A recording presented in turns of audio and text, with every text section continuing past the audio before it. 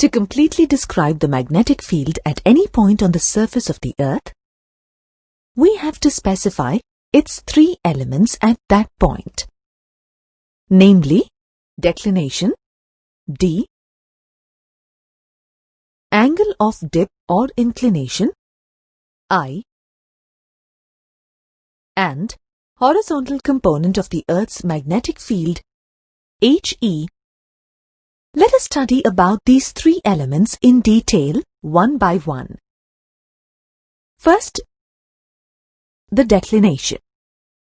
We all know that the Earth is spherical in shape. On this spherical surface, we can draw an infinite number of imaginary circles passing through the Earth's geographical north and south poles. All these circles have one common diameter, which is the line joining the geographical north and south poles, or the Earth's axis of rotation. These imaginary circles are called longitudes. Each of these circles, along with the Earth's axis of rotation, can be drawn in one plane.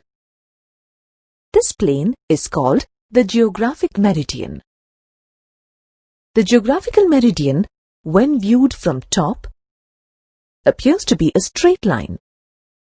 Similarly, we can obtain the magnetic meridian by drawing a line from the magnetic north and south poles.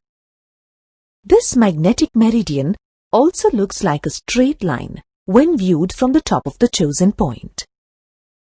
At any given point, the geographical meridian and the magnetic meridian together look like two intersecting straight lines. The acute angle between these two straight lines is known as declination. It is denoted by the capital letter D. Declination changes from place to place on Earth. Declination is minimal at the equator and goes on increasing with latitude.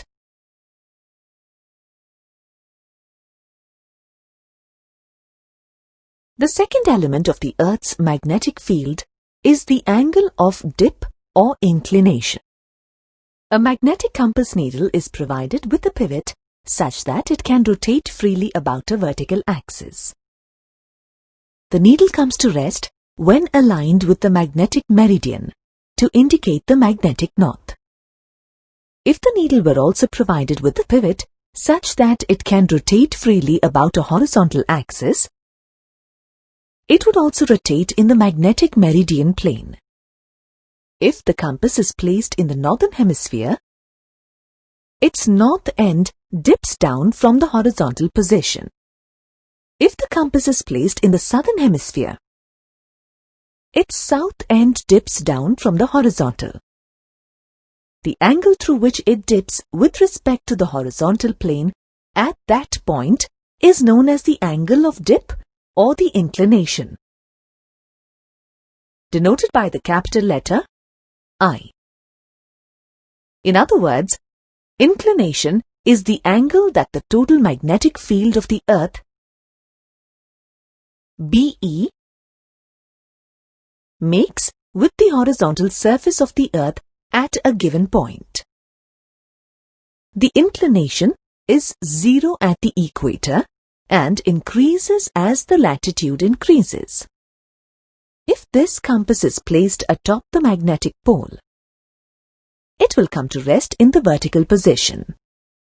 We can measure the inclination at any given point using a magnetic needle with a horizontal axis and a spirit level.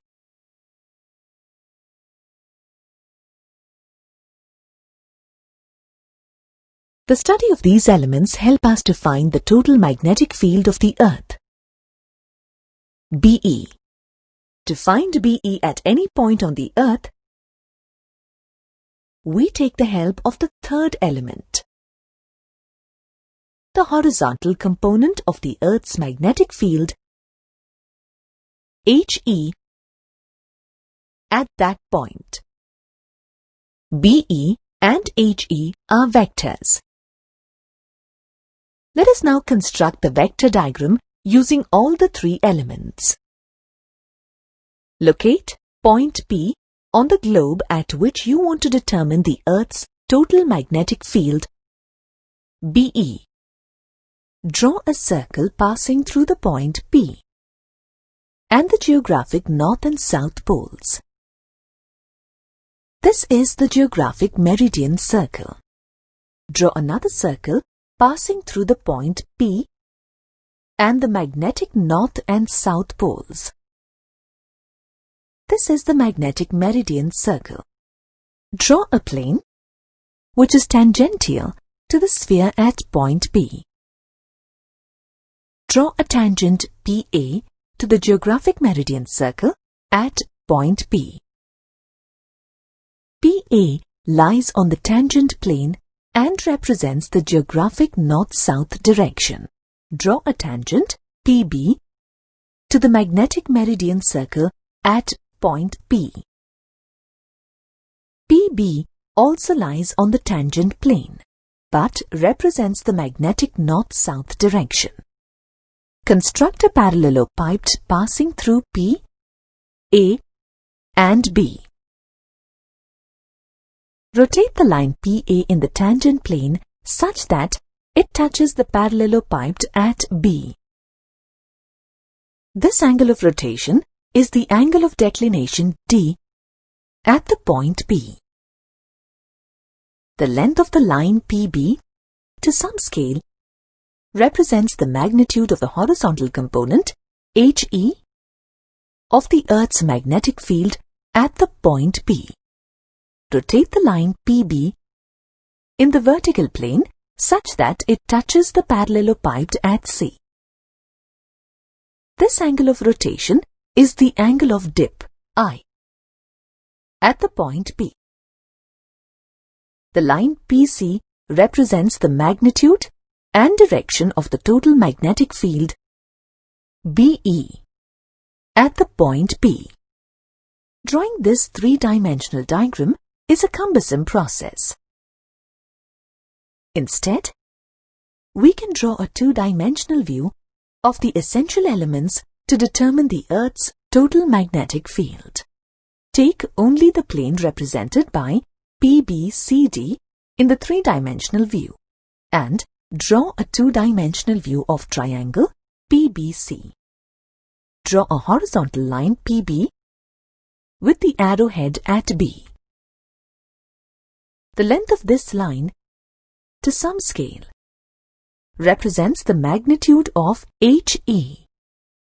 Draw a line PC making an angle I with PB. Draw a line BC is perpendicular to the line PB with an arrowhead at C. Line BC represents the vertical component VE of the Earth's magnetic field. On the line PC, put an arrowhead at C. Line PC represents the total magnetic field BE of the Earth at the point P. We can now write the trigonometric relationships for the sides and the angle in the right-angled triangle.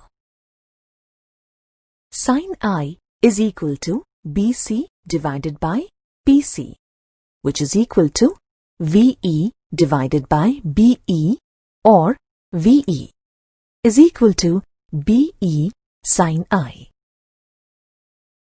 Cos I is equal to PB divided by PC is equal to HE divided by BE, or HE is equal to BE cos I. Tan I is equal to BC divided by PB is equal to VE divided by HE, or VE is equal to HE tan I.